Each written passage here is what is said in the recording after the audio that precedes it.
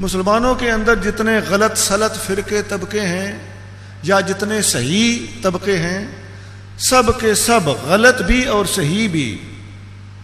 تعویذ بھی لکھ لیتے ہیں اور دم بھی کر لیتے ہیں، اور سب کا تعویذ دھاگا دم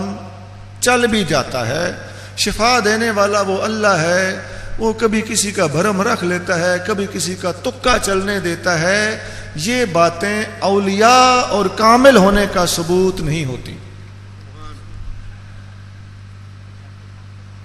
یہ اگر ہم کہیں تو شاید لوگ کہیں کہ پتہ نہیں یہ نئی باتیں کرتے ہیں، ہم تو دیکھتے ہیں کہ فلاں صاحب نے دم کیا اور 1 سیکنڈ میں شفا ہو گئی، فلاں صاحب کے پاس ہم گئے اور جیسے ہی ہم بیٹھے اس نے ہمارا شجرہ نسب سارا بیان کر دیا، تم فلاں گاؤں کے رہنے والے ہو، فلاں باپ کے بیٹے ہو، یہ تمہارا پیشہ ہے، ساری باتیں وہ پہلے بتا دیتا ہے۔ ہم کیسے اس کو ولی نہ مانیں؟ عزیزان گرامی یاد رکھیے، دجال اپنے زمانے میں اس سے بھی زیادہ شعبدہ بازیاں دکھائے گا، اور ابن سیاد نبی کریم صلی اللہ علیہ وسلم کے عین زمانے میں اس سے بڑے بڑے کام دکھاتا تھا۔ ایک دفعہ اس نے آقا سے مقابلہ کیا، حضور علیہ الصلوۃ والسلام نے اپنے ہاتھ مبارک میں، مٹھی مبارک میں دھواں پکڑ لیا۔ آپ نے اس سے پوچھا میری مٹھی میں کیا ہے؟ تو وہ کہنے لگا دخ دخ دخ۔ اب آقا کے سامنے اس کی چل نہیں سکی، نیڑے تریڑے پہنچ گیا تھا اور وہ دخ دخ کہہ رہا تھا، دخ سے آگے دخان کہنا چاہتا تھا، اور عربی میں دھوئیں کو دخان کہتے ہیں۔ وہ دخان کا لفظ مکمل تو نہ کر سکا، لیکن دخ دخ کہہ کے حضور کی امت کو اس کی طرف سے، حضور کے وسیلے سے ایک پیغام ضرور پہنچ گیا کہ اس طرح کے لوگ بھی تمہارے سامنے آ سکتے ہیں، جو مکمل بات نہیں تو ادھوری بات، بہرحال کچھ نہ کچھ تکے بازی ان کی کسی حد تک لوگوں کو متاثر کر سکتی ہے۔ آقا کریم صلی اللہ علیہ وسلم نے ایسے لوگوں کے بارے میں وضاحت فرمائی ہے۔ اب حدیث سنیے، یہ حدیث بخاری میں متعدد مقامات پر موجود ہے۔ آقا صلی اللہ علیہ وسلم فرماتے ہیں کہ شیاطین زمین سے اٹھتے ہیں، آسمانوں میں جاتے ہیں، یعنی ان کی اپروچ اتنی ہوتی ہے، جنوں کی اور شیطانوں کی اپروچ اتنی ہوتی ہے کہ یہ یہاں سے اڑ کے آسمانوں میں جا کے وہاں سے تقدیر کے صادر ہونے والے فیصلوں کو سن لیتے ہیں، اور جب وہاں کے ذمہ دار فرشتوں کو ان کے بارے میں خبر ہوتی ہے، وہ ان کے پیچھے آگ کے شعلے اور شہاب ثاقب چھوڑتے ہیں، یہ وہاں سے بھاگ پڑتے ہیں، اور نیچے کو جب بھاگ کے آتے ہیں تو کچھ نہ کچھ غیبی باتیں سونگ لیتے ہیں، تکا تکا ان کا وہاں سے ان کو حاصل ہو جاتا ہے، ادھوری معلومات یہ حاصل کر لیتے ہیں، وہ ابن سیاد کی طرح دکھ دکھ سمجھ کے آ جاتے ہیں، اگرچہ دخان تک نہیں پہنچ پاتے، تو وہاں سے جب واپس آتے ہیں تو حدیث کے الفاظ یہ ہیں کہ کلمۃ من الحق، یہ بخاری شریف سے پڑھ رہا ہوں، حق کے الفاظ میں سے کچھ کلمہ، کچھ کلمات، کچھ باتیں، یختفھا الجنیو، جنات اور شیاطین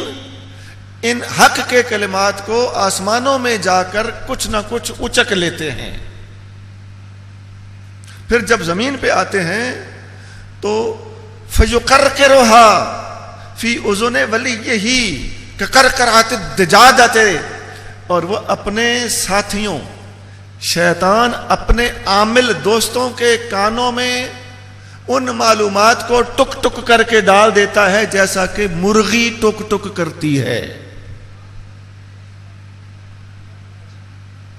فَيَخْلِطُ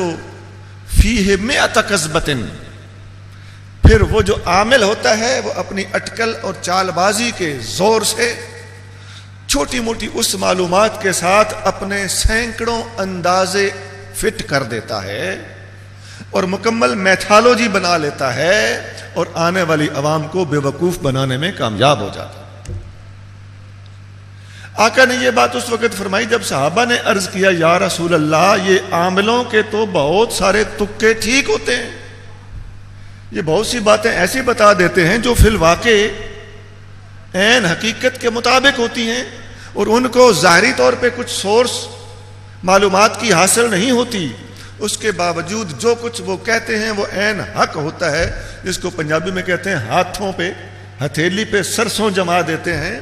تو اس کے جواب میں آقا نے فرمایا کہ یہ وہ شیاطین ہوتے ہیں جو آسمانوں سے غیب کی باتیں اکا دکا چوری کر کے لے آتے ہیں، اپنے دوستوں کے کانوں میں ٹک ٹک کر کے ڈال دیتے ہیں جس طرح کہ مرغی ٹک ٹک کرتی ہے،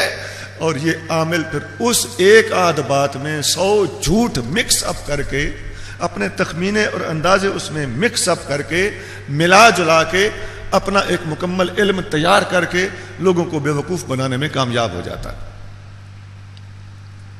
یہ حدیث بخاری کے بالکل آخری صفحے پہ موجود ہے، جس کا جی چاہے جا کے پڑھ لیں۔ اس سے پتہ چل گیا، دجال کے واقعے سے بھی پتہ چل گیا، ابن سیاد کے واقعے سے بھی، ابن سیاد کا ذکر بھی بخاری مسلم میں ہے، کوئی ہسٹوریکل کتابیں نہیں سنا رہا، دجال کا ذکر بھی بخاری مسلم میں ہے، ابن سیاد کا ذکر بھی بخاری مسلم میں ہے، اور ان جھوٹے عاملوں کا ذکر جو شیاطین سے ملنے والی آسمانی اور مکسڈ معلومات کے بل بوتے پہ اپنے دکانداری چمکا لیتے ہیں، ان کا ذکر بھی بخاری مسلم میں ہے۔ لیکن ایک بات جاتے جاتے عرض کر دیں